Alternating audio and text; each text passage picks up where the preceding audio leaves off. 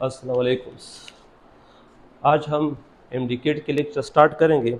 आज हमारा पहला लेक्चर होगा एमडीकेट का, और हम पहले स्टार्ट लेंगे फर्स्ट ईयर कोर्स से, जो इस पे यूट्यूब पे हमारे पास 8, 9, 10 और फर्स्ट ईयर सेकेंड ईयर और एमडीकेट के लेक्चर अपलोड होंगे। रोज़ाना डेली बेस पे एक एक लेक्चर अपलोड होगा, और इस पे कम्प्रहेंसिव लेक्चर भी होंगे, और हमारे पास एमडीकेट के लेक्चर होंगे। पहले हम स्टार्ट वैसे एमडीकेट के क्लासेस से करते हैं, लेकिन और भी हमारे पास जो लेक्चर होंगे वो भी इस तरह अपलोड होते जाएंगे।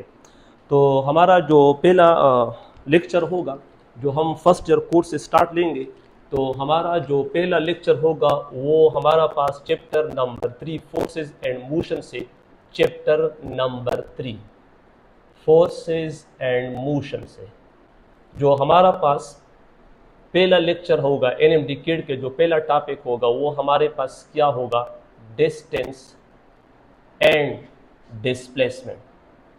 तो हम कोशिश करेंगे कि इसके दो पार्ट में हम उसको अपलोड करें, क्योंकि इसका जो पहला पार्ट होगा उसमें हम इसके मेन कंसेप्ट और मेन इंपॉर्टेंट पॉइंट डिस्कस करेंगे, लेकिन उसका जो दूसरा लेक्चर होगा वो एमसीक्यूज बेस पे होगा।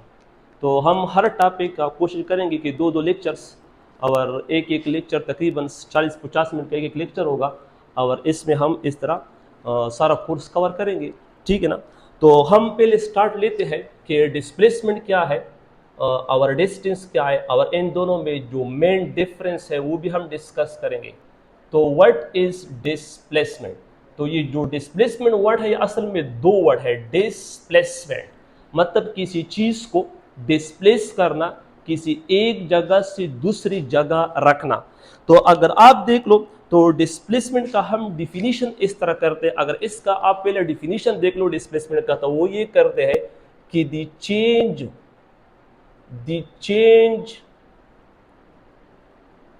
In the positions, the change in the positions of a body from initials to the final positions, from initial to the final positions। अगर एक बॉडी अपना पोजीशन चेंज करे एक जगह से दूसरी जगह, तो उसको हम कहते हैं डिस्प्लेसमेंट। लेकिन अगर इस डिस्प्लेसमेंट को अगर आप एक शॉर्ट टर्म में उसको एक्सप्लेन करो, तो दूसरा इसका डिफिनीशन ये होगा कि the shortest distance between two points.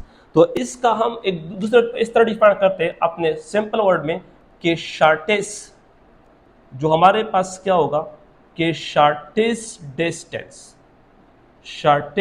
Distance between two points in a particular direction, in a particular directions। तो हम इसको किस तरह डिफाइन करेंगे कि ये हमारे पास दो पॉइंट के दरमियान एक शॉर्टकट फासला होगा, लेकिन एक खास मखसूस डायरेक्शन में होगा, तो उसको हम क्या कहेंगे, डिस्प्लेसमेंट कहेंगे। अब इसको अगर हम थोड़ा सा डायग्राम से मदद से देख ले, ग्राफ से देख लो, तो फर्ज करें कि ये हमारे पास ए पॉइंट है, ये हमारे पास ए पॉइंट है, और ये हमारे पास एक बी पॉइंट है। तो इस ए और बी के दरमियान जो एक शॉर्टकट रास्ता हो और इसका कुछ खास डायरेक्शन भी हो, तो इसको हम कहते हैं डिस्प्लेसमेंट। क्या कहते हैं, डिस्प्लेसमेंट।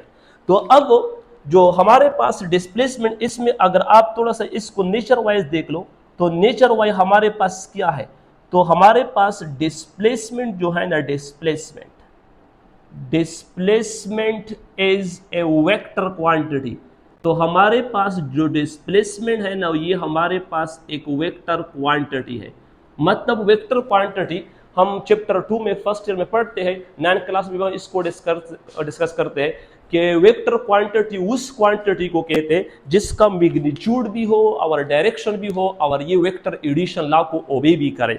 कुछ ऐसे क्वांटिटी है जिसका डायरेक्शन है लेकिन वो वेक्टर एडिशन लॉ को ओबे नहीं करे, जिस तरह हम करंट को भी डिस्कस करते हैं, ठीक है ना। अगर इसका अगर आप एक दूसरा पॉइंट देख लो, तो ये हमारे पास एक वेक्टर क्वांटिटी है और इसका एक खास डायरेक्शन होगा, वे तो वो डायरेक्शन हम डिस्प्लेसमेंट को डिफाइन कर नहीं सकते हैं। इसी तरह अगर आप सिस्टम इंटरनेशनल में यूनिट देख लो, NSI सिस्टम, तो इसका जो हमारे पास यूनिट होगा वो हमारे पास होगा मीटर्स, तो मीटर होगा। इसी तरह अगर आप इसका दूसरा देख लो, तो अगर हम इसको CGS सिस्टम में देख लो, तो CGS सिस्टम में तो इसका यूनिट जो होगा वो हमारे पास होगा सेंटीमीटर में। तो CGS सिस्टम को फ्रांस वालों ने इन्वेंट किया था, तो फ्रांस वाले जो थे वो फासले को सेंटीमीटर में मेजर करते थे।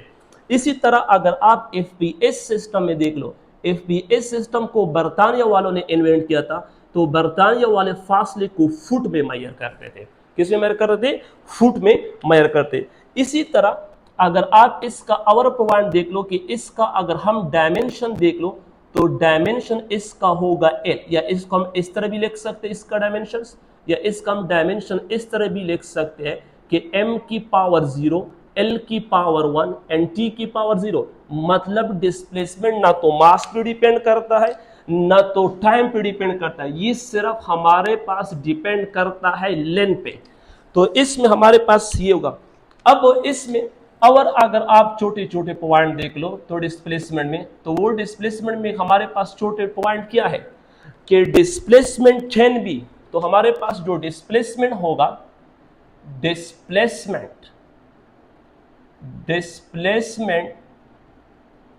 कैन बी पॉजिटिव, तो डिस्प्लेसमेंट हमारे पास पॉजिटिव भी हो सकता है, पॉजिटिव, नेगेटिव भी हो सकता है, एंड जीरो और जीरो भी हो सकता है।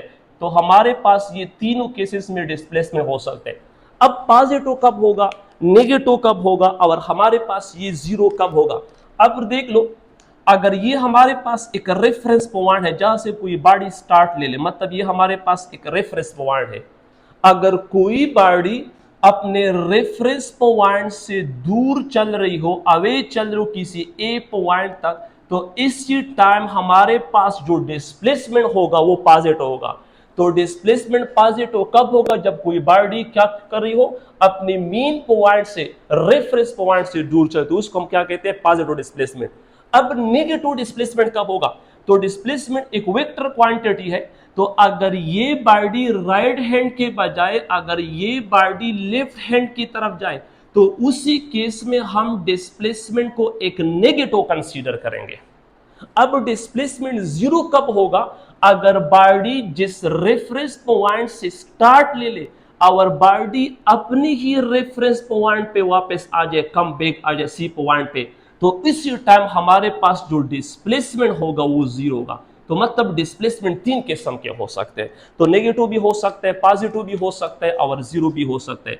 अब इसका अगर एक और पॉइंट देख लो, तो displacement decrease with the passage of times. Displacement जो है वो टाइम के साथ डिक्रीज भी होता है, लेकिन डिक्रीज तब होता है अगर बॉडी दोबारा कम बैक करे अपनी ओरिजिनल रेफरेंस पॉइंट पे। तो इसी तरह अगर आप इसका और एक पॉइंट देख लो, तो वो हमारे पास ये है कि displacement can be measure, displacement can be measure with respect to reference points. तो हमारे पास जो डिस्प्लेसमेंट होता है ये हम रेफरेंस पॉइंट से क्या करते हैं? मेजर करते हैं। क्यों मेजर करते हैं रेफरेंस पॉइंट से? क्योंकि डिस्प्लेसमेंट हमारे पास एक वेक्टर क्वांटिटी है, इसलिए हम उसको रेफरेंस पॉइंट से मेजर करते हैं। इसके अंदर अगर आप इसका एक और भी मेन पॉइंट देख लो, तो हमारे पास डिस्प्लेसमेंट में अवन मेन पॉइंट क्या है? वो हमारे पास ये है कि डिस्प्लेसमेंट है वो सिंगल वैल्यू। जो डिस्प्लेसमेंट जो होता है, डिस्प्लेसमेंट है वो single value between two points. तो ये दो पॉइंट के दरमियान इसका जो वैल्यू होगा वो सिंगल होगा। क्यों सिंगल होगा? क्योंकि डिस्प्लेसमेंट हमारे पास एक ही केस में हो सकता है अगर बॉडी स्ट्रेट लाइन चला जाए, तो इसलिए इसका जो वैल्यू होगा वो हमारे पास क्या होगा? एक सिंगल वैल्यू होगा। तो ये हमारे पास डिस्प्लेसमेंट हो गया था। अब इसी तरह अगर हम थोड़ा सा इसको डिस्टेंस को भी डिस्कस करें, और फिर डिस्टेंस में कुछ पॉइंट है, फिर इसके बाद इन दोनों के दरमियान मजीद और जो पॉइंट है वो भी हम डिस्कस करेंगे। तो इसी तरह अगर हम डिस्टेंस को फाइंड करें कि डिस्टेंस क्या है, डिस्टेंस का मतलब है कि जो बंदा एक्चुअल में जो रियलिटी में जो फासला तय करे, इसको हम क्या कहते हैं, इसको हम कहते हैं डिस्टेंस। तो डिस्टेंस का डिफिनीशन ये होगा कि द टोटल, तो डिस्टेंस का डिफिनीशन ये होगा the total actual path, the total actual path cover, the total actual path covered by a body, covered by a body between at the total actual path covered by a body between its initial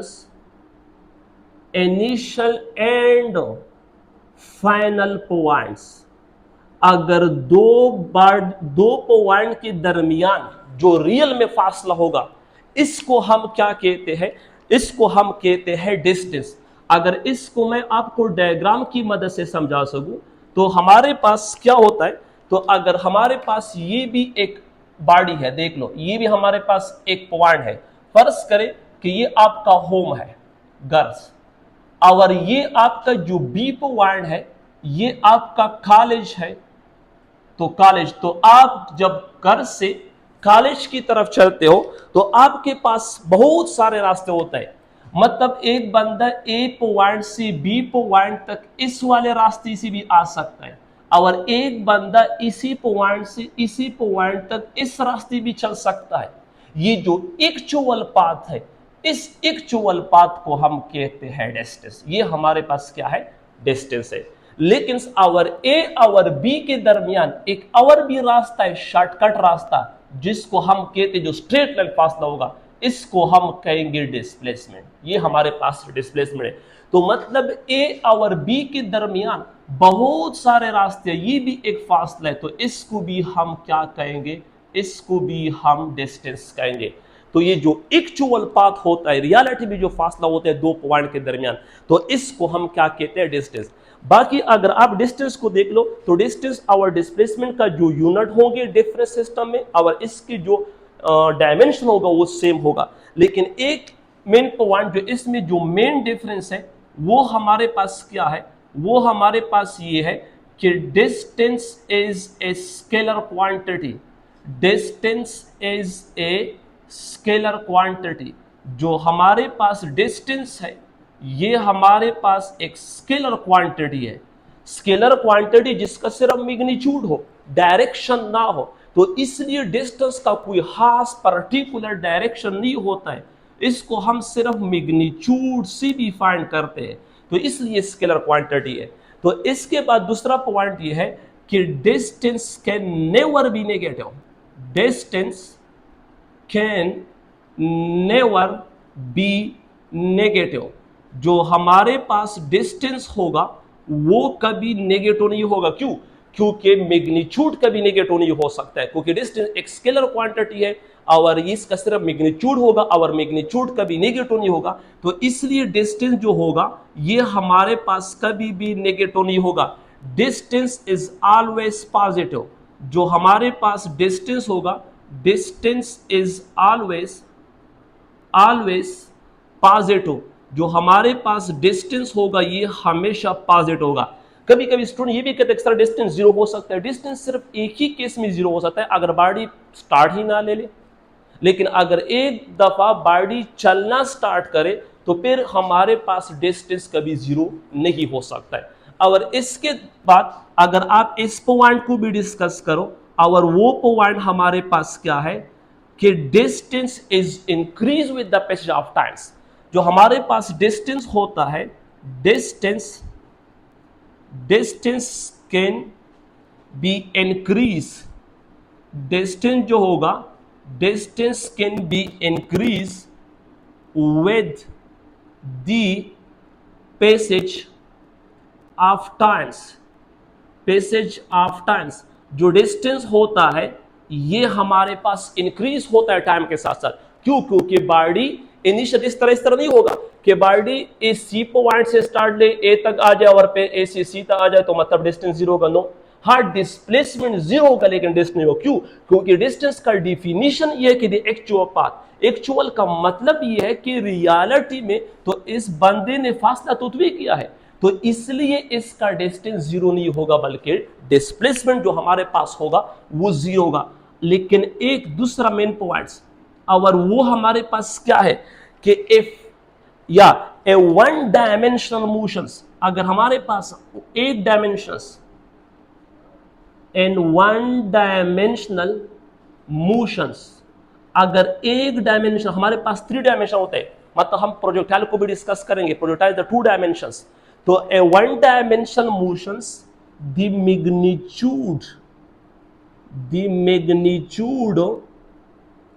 of displacement, the magnitude of displacement is equal to distance traversed। तो ये एक ही case हो सकता है कि इसमें हमारे पास जो डिस्प्लेसमेंट का मैग्नीट्यूड होगा वो डिस्टेंस के बराबर होगा, ठीक है ना। तो ये एक ही केस हो सकता है कि जिसमें हमारे पास जो डिस्प्लेसमेंट होगा वो बिल्कुल डिस्टेंस के बराबर होगा। वन डायमेंशनल मोशन इसको कहते हैं कि बॉडी या तो सिर्फ एलॉन्ग एक्स एक्सिस फासला तय करे, या एलॉन्ग वाई एक्सिस फासला तय करे, या एलॉन्ग जेड एक्सिस फासला तय करे। तो फिर हमारे पास जो टाइम, तो हमारे पास जो मैग्नीट्यूड ऑफ डिस्प्लेसमेंट होगा वो हमारे पास क्या होगा, डिस्टेंस के बराबर होगा।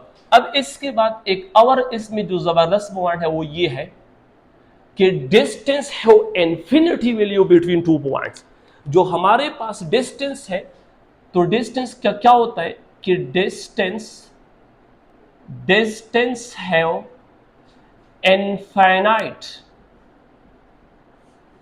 Infinite value between two points. जो हमारे पास डिस्टेंस होता है वो दो पॉइंट के दरमियान हमारे पास क्या होता है, इसके इनफाइनाइट वैल्यू होती है, मतलब बहुत ज्यादा वैल्यू होती है, लेकिन डिस्प्लेसमेंट का सिर्फ सिंगल वैल्यू। तो क्यों? क्योंकि डिस्प्लेसमेंट हमारे पास सिर्फ एक ही केस में हो सकता है, लेकिन डिस्टेंस की इनफाइनाइट वैल्यू इसलिए है क्योंकि डिस्टेंस इसको भी कह सकते हो, इसको भी कह सकते हो, इसको भी कह, मतलब हर केस में और भी इसमें बहुत सारे फासले हैं, तो इसलिए इसकी इनफाइनाइट वैल्यू होंगे। तो इसलिए हमने ये पॉइंट के डिस्टेंस हो infinity value between two points. बाकी इसमें जो यूनिट है वो तीनों के तीनों हमारे पास क्या है, सेम इसके यूनिट है। अब इसके बाद अगर इसके अंदर अगर आप इसको मजीद और पॉइंट उसको डिस्कस करें तो उसके पॉइंट क्या है, द स्लोप। अगर आप इस तरह डिस्कस करें कि the slope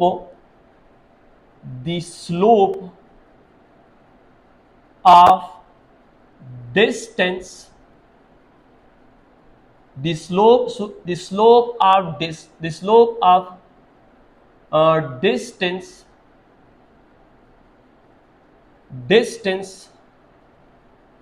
time graph is always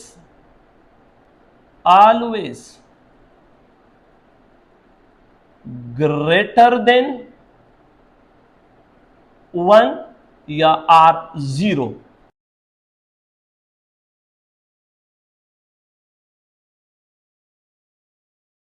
तो हमारे पास जो डिस्टेंस टाइम ग्राफ का जो स्लोप होगा या तो ये हमेशा 1 से ग्रेटर होगा या तो 0 होगा। क्यों? क्योंकि स्लोप को हम जब हम ग्राफ डिस्कस करेंगे तो स्लोप मतलब राइज ओवर रन रेशो होता है। तो अगर एक बॉडी अगर इस तरह अगर मैं आपको ग्राफ ड्रा करूं किस के दरमियान, तो अगर मैं आपको टाइम्स और डिस्टेंस के दरमियान ग्राफ ड्रा करूं तो इसका अगर ग्राफ इस तरह चल रहा हो तो हमारे पास क्या होगा, डिस्टेंस हम हमेशा ग्रेटर होगा 1 से। 0 कब होगा, अगर बॉडी जब चलना स्टार्ट ना करे, डिस्टेंस 0 हो तो फिर उसका स्लोप जो होगा हमारे पास क्या होगा, 0 होगा। तो स्लोप हमारे पास असल में रेशो होता है, दो क्वांटिटी के दरमियान रेशो होता है। इसी तरह अगर इस पॉइंट को आप डिस्प्लेसमेंट के लिए लिख लो कि the slope of displacement time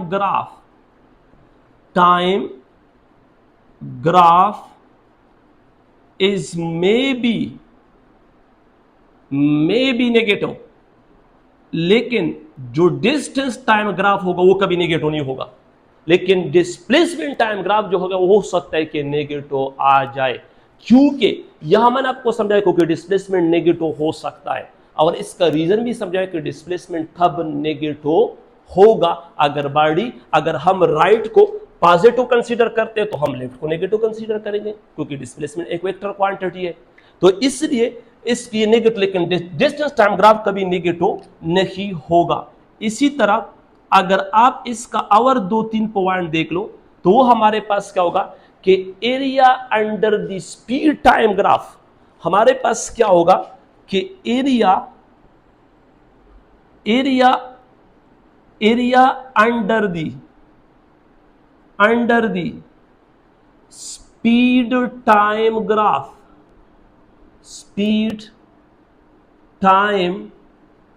graph is distance, जो हमारे पास स्पीड टाइम ग्राफ का अगर आप एरिया देख लो तो वो हमारे पास डिस्टेंस की बराबर होगा। अब इस पॉइंट को मैं डिस्कस करूंगा, लेकिन इसके साथ आगे मैं एक और भी पॉइंट है वो भी इसके साथ डिस्कस करता हूं, और वो पॉइंट हमारे पास ये है कि area under the velocity time graph किसके बराबर होगा। अगर आप इसको इस तरह लिख लो कि area under the velocity time graph is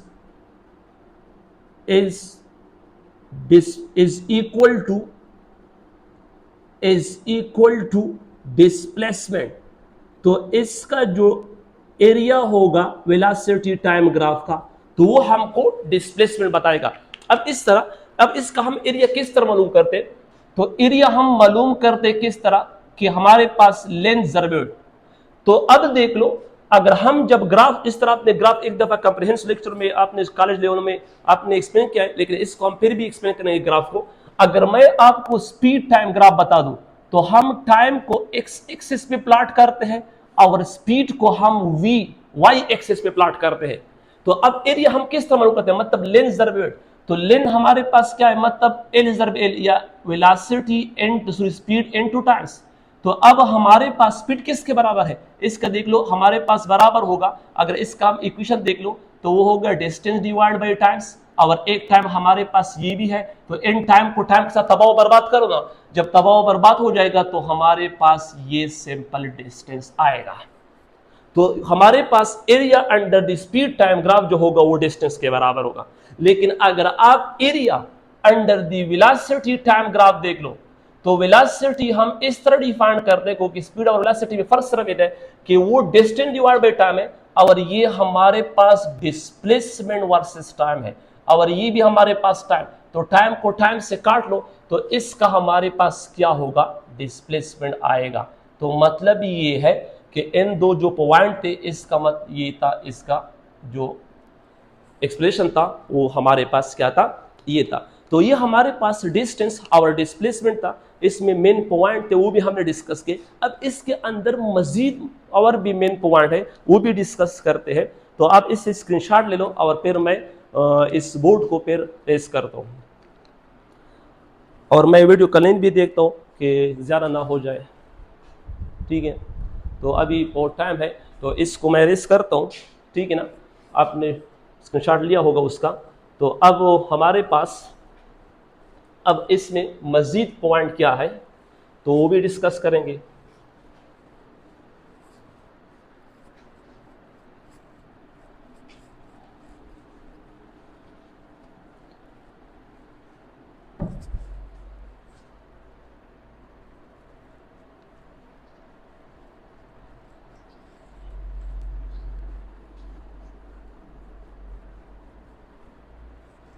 तो अब इसमें जो मेन छोटे छोटे एमसीक्यूज है वो थोड़ा सा डिस्कस करते हैं कि हमारे पास इसमें आपसे किस तरह एमसीक्यूज आपसे पूछ सकते हैं। अगर आप इसी तरह मेन एमसीक्यूज उसके देख लो, छोटे छोटे एमसीक्यूज वो देख लो, तो वो किस तरह ये एमसीक्यूज आ सकता है। तो वो हमारे पास ये है कि अगर हमारे पास जो डिस्प्लेसमेंट है, डिस्प्लेसमेंट अगर ये less than or equal to distance के बराबर हो जाए तो फिर हमारे पास क्या होगा, distance is less than or equal to displacement, तो हमारे पास क्या होगा, तो हमारे पास ये होगा कि एनी पाथ, कोई भी पाथ हो सकता है कि वो स्ट्रेट हो तो फिर तो बराबर होगा, अगर करो हो तो करो में हमारे पास डिस्प्लेसमेंट डिस्टेंस से कम हो सकता है। तो इस तरह आपसे एमसीक्यूज भी पूछ सकता है। इसी तरह आपसे इसी तरह भी एमसीक्यूज पूछ सकता है, एक एमसीक्यूज आपसे इस तरह भी पूछ सकता है कि हमारे पास जो डिस्प्लेसमेंट का मैग्नीट्यूड होगा वो लेस देन हो जाए डिस्टेंस के, तो उस टाइम हमारे पास क्या होगा, उस टाइम हमारे पास होगा करो पाथ, इस टाइम हमारे पास क्या होगा, करो पाथ होगा, क्योंकि करो पाथ में क्योंकि डिस्प्लेसमेंट ज्यादा होगा, डिस्टेंस ज्यादा होगा, डिस्प्लेसमेंट कम होगा, तो मतलब डिस्प्लेसमेंट जो होगा वो लेस देन क्या होगा, डिस्टेंस से। अब इससे आपसे इस तरह भी आपसे एमसीक्यूज भी पूछ सकता है, और वो हमारे पास क्या होता है कि हमारे पास जो डिस्टेंस हो, मैग्नीट्यूड ऑफ डिस्टेंस, वो कब डिस्टेंस के बराबर होगा। तो ये हमारे पास एक ही केस हो सकता है, जिस तरह हमारे पास पहले स्टार्ट में तो वो हमारे पास था स्ट्रेट लाइंस, तो स्ट्रेट लाइन में हमारे पास ये दोनों बराबर होंगे, तो ये भी आपसे एमसीक्यूज में पूछ सकता है। इसी तरह अगर आपसे इस तरह अगर मैं आपसे ये भी पूछ सकता है कि क्या इस तरह पॉसिबल है कि हमारे पास जो मैग्नीट्यूड ऑफ डिस्प्लेसमेंट हो वो ग्रेटर हो जाए किस डिस्टेंस से, तो ये पॉसिबल है, नॉट, ये पॉसिबल नहीं है, ये कभी भी पॉसिबल नहीं हो सकता है कि हमारे पास मैग्नीट्यूड ऑफ डिस्प्लेसमेंट जो हो वो डिस्टेंस से बराबर हो जाए। तो ये आपसे इस तरह छोटे छोटे एमसीक्यूज में पूछ सकता है। इसी तरह अगर आपसे ये भी एमसीक्यूज में आपसे पूछ सकता है, ये भी एमसीक्यूज देख लो, तो ये एमसीक्यूज क्या होगा कि अगर फर्ज करें अगर रेशियो एमसीक्यूज आ जाए कि magnitude of displacement into distance into less than or equal to 1, या सॉरी इस तरह आ जाए कि लेस देन 1 आ जाए, तो फिर ये हमारे पास क्या होगा, तो ये हमारे पास होगा करो पाथ। तो करो पाथ में अगर कोई बॉडी मोशन करे तो डिस्प्लेसमेंट और डिस्टेंस 1 से लेस होगा, क्यों, क्योंकि नोमिनेटर छोटा होगा और डिनोमिनेटर बड़ा होगा, तो रिजल्ट 1 से लेस आएगा। तो इसलिए अगर आपसे ये भी एमसीक्यूज में पूछा जा सके, आपसे ये भी एमसीक्यूज में पूछ सकता है इस तरह कि हमारे पास जो डिस्टेंस होगा अगर ये रेशियो ले लो किसके साथ, डिस्प्लेसमेंट के साथ, अगर ये 1 से ग्रेटर आ जाए, 1 से ग्रेटर आ जाए, तो ये भी हमारे पास करो पाथ होगा। सिर्फ अल्फाज के हेरा फेरी है, मतलब अब हमने डिस्टेंस को नोमिनेटर में ले लिया और डिस्प्लेसमेंट को डिनोमिनेटर, तो रिजल्ट 1 से ग्रेटर आएगा।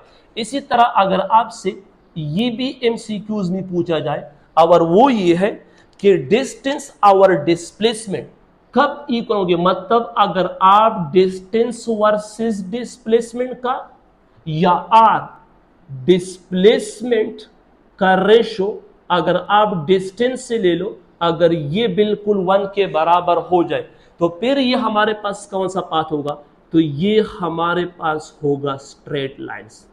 तो स्ट्रेट लाइन में फिर इन दोनों का जो मैग्नीट्यूड होगा वो हमारे पास बिल्कुल 1 के बराबर होगा। तो ये आपसे छोटे छोटे एमसीक्यूज में आपसे पूछ सकता है, ठीक है ना। अब इसमें अगर आप मजीद और पॉइंट देख लो, इसमें अगर इसका आप मजीद और पॉइंट देख लो तो वो हमारे पास ये होगा, अगर मैं आपसे इस तरह चार्ट बना लूँ, इस तरह आपके लिए एक ग्राफ टेबल बना लूँ, तो इस टेबल में आपसे मजीद इसमें डिफरेंस देखेंगे कि आपसे किस किस लेवल पे वो एमसीक्यूज पूछ सकता है।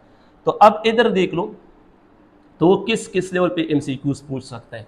अगर मैं यहां इसको टाइम को प्लाट करूं, इसी तरह अगर मैं टाइम को प्लाट करूं और टाइम को मैं मुख्तलिफ वैल्यू दे दूं, तो फिर हमारे पास क्या होगा, अगर मैं यहां टाइम को मुख्तलिफ वैल्यू दे दूं और आपसे पूछ लूं कि हमारे पास डिस्टेंस क्या होगा, डिस्टेंस, फिर हमारे पास डिस्प्लेसमेंट क्या होगा, फिर हमारे पास डिस्प्लेसमेंट क्या होगा, और फिर इसके बाद हमारे पास डिस्प्लेसमेंट और डिस्टेंस के दरमियान रेशो क्या होगा, और फिर हमारे पास डिस्टेंस डिवाइड बाय डिस्प्लेसमेंट के आपस में रेशो क्या होगा। तो ये इसी तरह अगर आपसे इस तरह भी पूछ सकता है तो हमारे पास इसका भी देख लो तो वो किस तरह आएगा। अगर मैं टाइम को मुख्तलिफ वैल्यू दे दूं कि फर्ज करें अगर एक बॉडी सर्कल में रोटेट कर रही है, अगर मैं सर्कल को 4 पार्ट में, जिस तरह आपको मैं यहां समझा भी दे दूंगा, अगर बॉडी यहां से स्टार्ट ले ले और दोबारा इसी पॉइंट पे वापस आ जाए, अगर मैं सर्कल को 4 इक्वल पार्ट में डिवाइड करूं, अगर बॉडी यहां से टाइम 0 से, मतलब यह हमारे पास टाइम होगा 0 और यह हमारे पास जो टाइम हो जाए वो बराबर हो जाए t डिवाइड बाई 4। अगर आपसे ये पूछा जाए कि अगर एक बॉडी सर्कल में मतलब क्या है, मतलब चौथाई वाला हिस्सा या इतने टाइम में आपसे डिस्टेंस पूछा जाए तो फिर किस तरह, तो अगर आपके पास जो टाइम होगा टाइम्स t डिवाइड बाई 4, तो इस सूरत में आपका क्या, तो इसका मैं तरीका समझाता हूं, बाकी आप खुद इस तरह देख लो। तो तरीका क्या होगा कि टोटल एक कंप्लीट चक्कर में हमारे पास जो टोटल एंगल बनता है वो बनता है 2 पाई आर। तो एक कंप्लीट चक्कर में जो टाइम लग जाए तो इसको हम कहते हैं टाइम पीरियड्स। अब इसके साथ यहां मैं मल्टीप्लाई करूंगा स्मॉल टाइम। अब ये टाइम पीरियड है और ये इन टाइम हो सकता है।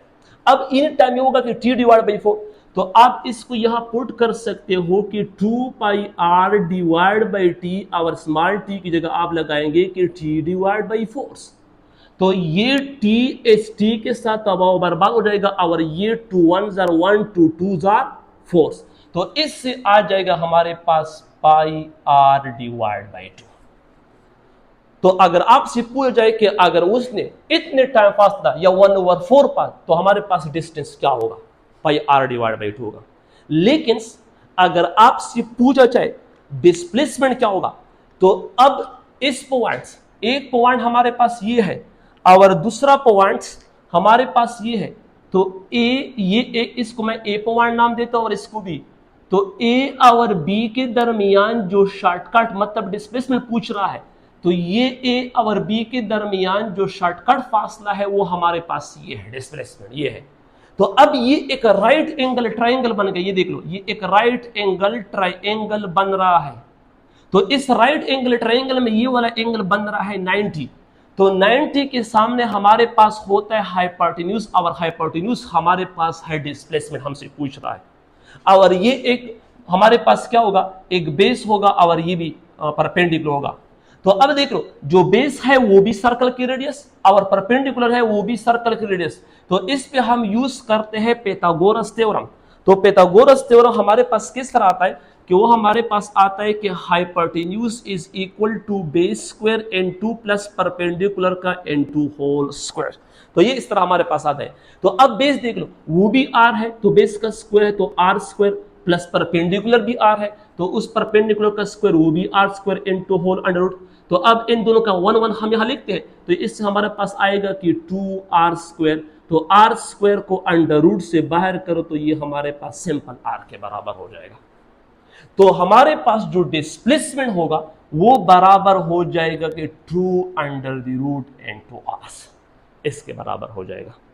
अब रेशो आपसे पूछ रहा है, तो रेशो तो आसान है। किस तरह आसान है कि अब हमारे पास किस तरह होगा, तो हमारे पास डिस्प्लेसमेंट, तो डिस्प्लेसमेंट इधर लिख लो कि 2 अंडर रूट n2r और दोबारा डिस्टेंस है, तो डिस्टेंस आपसे आया है कि पाई आर डिवाइड बाई 2। तो ये आर आर इससे खत्म हो जाएगा, ये 2 ऊपर, तो हमारे पास क्या आएगा कि 2 into 2 अंडर रूट n2 पाई, इसके बराबर हो जाएगा। तो हमारे पास आ जाएगा कि 2 into 2 under the root divide by pi. अब इसका उल्टा करो, ये चीज उल्टा करो, तो ये हमारे पास आ जाएगा कि pi divide by 2 into 2 under the roots, इस तरह करो। तो इस तरह आपसे क्या हो सकते हैं, इससे मुख्तलिफ एंगल से आपसे एमसीक्यूज पूछ सकते हैं। अब एक दफा आपको मैंने तरीका समझा लिया, अब मजीद आगे आसान है। तो वो आसान इस तरह है कि अगर वो मतलब हाफ सर्कल फासला तय करे, मतलब टाइम हमारे पास क्या हो जाए, t डिवाइड बाई 4 हो जाए, तो t डिवाइड बाई 4 में हमारे पास कितना फासला होगा, जो डिस्टेंस होगा वो हमारे पास पाई आर के बराबर हो जाएगा। और जो डिस्प्लेसमेंट होगा वो डायमीटर, मतलब डायमीटर क्या होता है, रेडियस का डबल होता है, तो 2r के बराबर हो जाएगा। अब हमारे पास क्या है, तो ये हमारे पास 2r है, तो हमारे पास ये हो जाएगा कि 2 डिवाइड बाई पाई के हो जाएगा। क्यों, क्योंकि डिस्प्लेसमेंट हमारे पास 2r है ना, और जो डिस्टेंस हमारे पास है वो हमारे पास है पाई आर, तो ये खत्म हो जाएगा और 2 डिवाइड बाई पाई हो जाएगा। तो इसका उल्टा ले लो तो हमारे पास हो जाएगा कि पाई डिवाइड बाई 2। तो इस एंगल से आपसे एमसीक्यूज आपसे पूछ सकते हैं। इसी तरह अगर फर्ज करें कि वो सर्कल का थर्डवा हिस्सा मतलब इस पॉइंट पे वापस आ जाए, थर्डवा हिस्सा, तो मतलब ये है कि अगर वो 3t डिवाइड बाई 4 फासला तय करे, तो अब डिस्टेंस क्या होगा, तो अब इस टाइम की जगह आपने क्या पुट करना है, 3t डिवाइड बाई 4, तो t के साथ कैंसिल होगा, 2 2 4, तो हमारे पास क्या आ जाएगा कि आ जाएगा कि 3 पाई डिवाइड बाई 2 आ जाएगा। अब दोबारा डिस्प्लेसमेंट को जरूरत ही नहीं पड़ेगा मालूम करने के लिए। क्यों, क्योंकि अब बॉडी इस पॉइंट पे आया है, तो ए और इस पॉइंट के दरमियान जो शॉर्टकट रास्ता है वो ये है, तो इस पे वही पाइथागोरस थ्योरम अप्लाई करो तो दोबारा हल करने की जरूरत नहीं, ये चीज दोबारा वापस आएगा। तो मतलब इससे आपने दोबारा नकल करना है तो इस तरह आ जाएगा 2 under root divide by R. अगर इसका अब रेशो तो डिस्प्लेसमेंट है, तो डिस्प्लेसमेंट मतलब आप लेंगे कि 2 अंडर रूट आर। अब इसके बाद डिस्टेंस, तो डिस्टेंस हमारे पास क्या है, 3 पाई और डिवाइड बाई 2, ठीक है ना। इसके साथ ये आर भी है, क्योंकि हमारे पास क्या है 3 पर, तो हमारे पास क्या आ जाएगा 3 पाई आर, तो ये हमारे पास क्या हो जाएगा ये आर, तो आर आर के साथ कैंसिल हो जाएगा, तो हमारे पास 2 पर जाएगा, तो हमारे पास 2 into 2 under root divide by 3 pi इस तरह आ जाएगा, ठीक है ना। ये 3 पाई इस तरह का, क्योंकि हमारे पास आया है कि 2 pi R divide by T into 3t divide by 4, तो टी के साथ और 2 1 R 2 2, no 3 pi R divide by 2, ठीक है ना। अब इस तरह, तो इस बात को सिर्फ उल्टा करो, तो ये हमारे पास आ जाएगा कि 3 pi into 2 under the roots इस तरह आ जाएगा।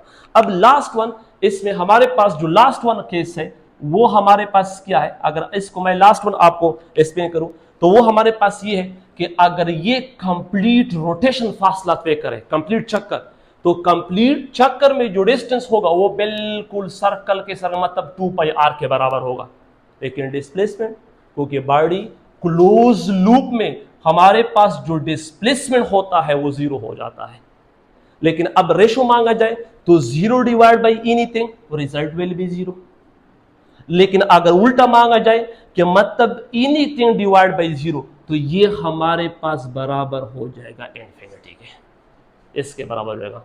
तो अब ये आपसे इन 4 बेसिक मुख्तलिफ एंगल से आपसे एमसीक्यूज पूछ सकते हैं, तो इसको नोट करो। और ये भी एक छोटी एमसीक्यूज है, तो वो भी आपने साथ नोट करना है, ठीक है ना।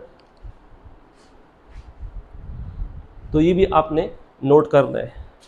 तो अब इस पे मज़ीद और भी कुछ थोड़ा सा डिस्कशन करते हैं, तो इस पे एक और लेक्चर होगा, लेकिन वो लेक्चर फिर हम बाद में हमारे पास फिर जो वीडियो होगा वो लेंथी हो जाएगा। अब इसका मज़ीद जो मेन पॉइंट है वो किस तरह होंगे, ठीक है ना, इसको हम हर एंगल से, हर टॉपिक को हम हर एंगल से कवर करेंगे। तो अब इसके मज़ीद देख लो कि वो हमारे पास मेन पॉइंट क्या है। तो वो ये है कि अगर मैं एक और पॉइंट इस तरह डिस्कस करूं तो वो हमारे पास क्या होगा, अगर एक और पॉइंट को डिस्कस करूं वो ये होगा, अगर आप देख लो एट सिंपल पेंडुलम्स, तो सिंपल पेंडुलम में कि एट मीन पोजीशंस, तो मीन पोजीशन में हमारे पास जो डिस्टेंस होगा, डिस्टेंस कैन नेवर बी 0, ये कभी भी 0 नहीं होगा सिंपल पेंडुलम में एट मीन पोजीशंस में। लेकिन अगर आप बात करो किसके, डिस्प्लेसमेंट के, तो डिस्प्लेसमेंट जो होगा ये हमारे पास मीन पॉइंट पे 0 होगा। क्यों 0 होगा, क्योंकि अगर आप सिंपल पेंडुलम देख लो तो सिंपल पेंडुलम ये उसका मीन पॉइंट है, तो अगर बॉडी मीन पॉइंट से चलना स्टार्ट करे इस एक्सट्रीम पॉइंट तक आ जाए तो उसने तो एम्पलीट्यूड का फासला तो तय किया, लेकिन जब वो दोबारा अपनी मीन पॉइंट पे वापस आए तो मतलब जिस रेफरेंस जहां से उसने स्टार्ट लिया तो उसी पॉइंट पे दोबारा वापस आया, तो इसलिए उसका डिस्प्लेसमेंट 0 होगा। लेकिन अब अगर इसका आपसे क्या पूछा जाए, इसका अगर आपसे रेशो पूछा जाए तो इसका दूसरा पॉइंट क्या होगा एमसीक्यू से, कि अगर आपसे रेशो पूछा जाए कि distance and to displacement and mean point पे आपसे पूछा जाए तो वो किसके बराबर होगा, तो हमारे पास एनीथिंग डिवाइड बाय 0, तो एनीथिंग डिवाइड बाय 0 जो होता है वो इन्फिनिटी के बराबर हो जाता है, ठीक है ना। इसी तरह अगर आपसे ये भी पूछा जाए, इसी तरह अगर आपसे ये भी पूछा जाए वो ये है कि अगर इसका उल्टा ले लो कि हमारे पास जो डिस्प्लेसमेंट होगा वो बिल्कुल डिस्टेंस का रेशो तो इसका बराबर होगा 0 के, क्योंकि अब 0 डिवाइड बाई जो एनीथिंग होगा वो हमारे पास किसके बराबर होगा 0 के। तो इसी तरह अगर फर्ज करें एट एक्सट्रीम पॉइंट्स, अगर आप एट एक्सट्रीम पॉइंट देख लो, एट एक्सट्रीम पॉइंट्स, तो एक्सट्रीम पॉइंट पे ये फिर किस तरह होगा एट एक्सट्रीम पॉइंट पे, तो एक्सट्रीम पॉइंट पे इसको देख लो कि एक्सट्रीम पॉइंट पे हमारे पास जो डिस्प्लेसमेंट होगा, डिस्प्लेसमेंट, तो वो डिस्प्लेसमेंट हमारे पास क्या होगा, बिल्कुल मैक्सिमम होगा, बिल्कुल मैक्सिमम होगा। और मैक्सिमम हो जाए तो ये क्या होगा, एम्पलीट्यूड के बराबर होगा, क्योंकि मैक्सिमम फासले को हम क्या कहते हैं, एम्पलीट्यूड कहते हैं, ये एम्पलीट्यूड के बराबर होगा। अब आपसे अगर इसके एमसीक्यूज में आपसे पूछा जाए, एमसीक्यूज में कि एक्सट्रीम पॉइंट पे हमारे पास जो डिस्टेंस और डिस्प्लेसमेंट का जो हमारे पास एम्पलीट्यूड है, सॉरी रेशो है, रेशो, तो वो किसके बराबर होगा, तो ये तो या तो 1 के बराबर होगा या R3 के बराबर होगा। अब क्यों, क्योंकि अगर वो एक्सट्रीम तक जाए तो एक्सट्रीम तक तो बिल्कुल डिस्टेंस डिस्प्लेसमेंट के बराबर हो जाएगा, क्योंकि दोनों ने ए फासला तय किया, तो फिर इसका रेशो 1 के बराबर होगा। लेकिन 3 कब होगा, अगर बॉडी इस एक्सट्रीम से दोबारा इस एक्सट्रीम तक आ जाए, तो इस एक्सट्रीम तक तो उसने जो डिस्टेंस है वो तो 3 एम्पलीट्यूड के बराबर, क्या, क्योंकि यहां से एक एम्पलीट्यूड फिर दूसरा फिर तीसरा, लेकिन जो डिस्प्लेसमेंट होगा वो बिल्कुल एम्पलीट्यूड के बराबर होगा, तो अब इसका रेशो 3 के बराबर होगा। तो इसी तरह आपसे मुख्तलिफ एंगल पे आपसे एमसीक्यूज को क्या कर सकते हैं, आपसे पूछ सकता है, ठीक है ना। शाबाश से इसको नोट करो, जल्दी करो।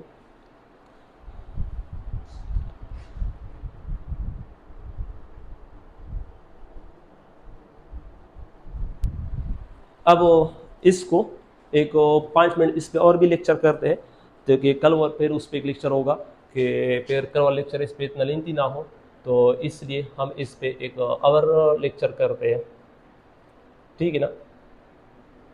वो लेक्चर्स शाबाश ये आप नोट करते जाओ,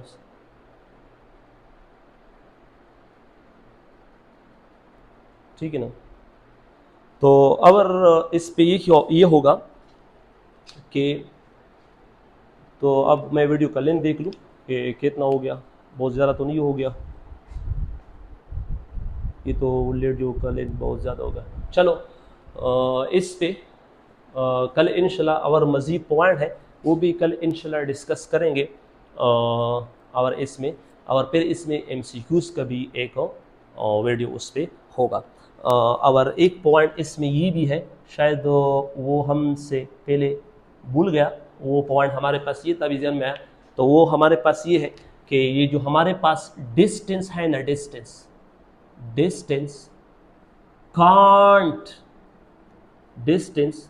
can't be measures, distance can't be measures with respect to reference points।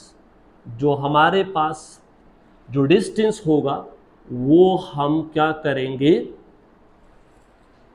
Reference point से मेजर नहीं कर सकते। क्यों? क्योंकि वो एक स्केलर क्वांटिटी है, ये पाथ पे डिपेंड करते हैं। और डिस्प्लेसमेंट जो है वो पाथ पे डिपेंड नहीं करता, वो हम रेफरेंस पॉइंट से क्या करते हैं, मेजर करते हैं।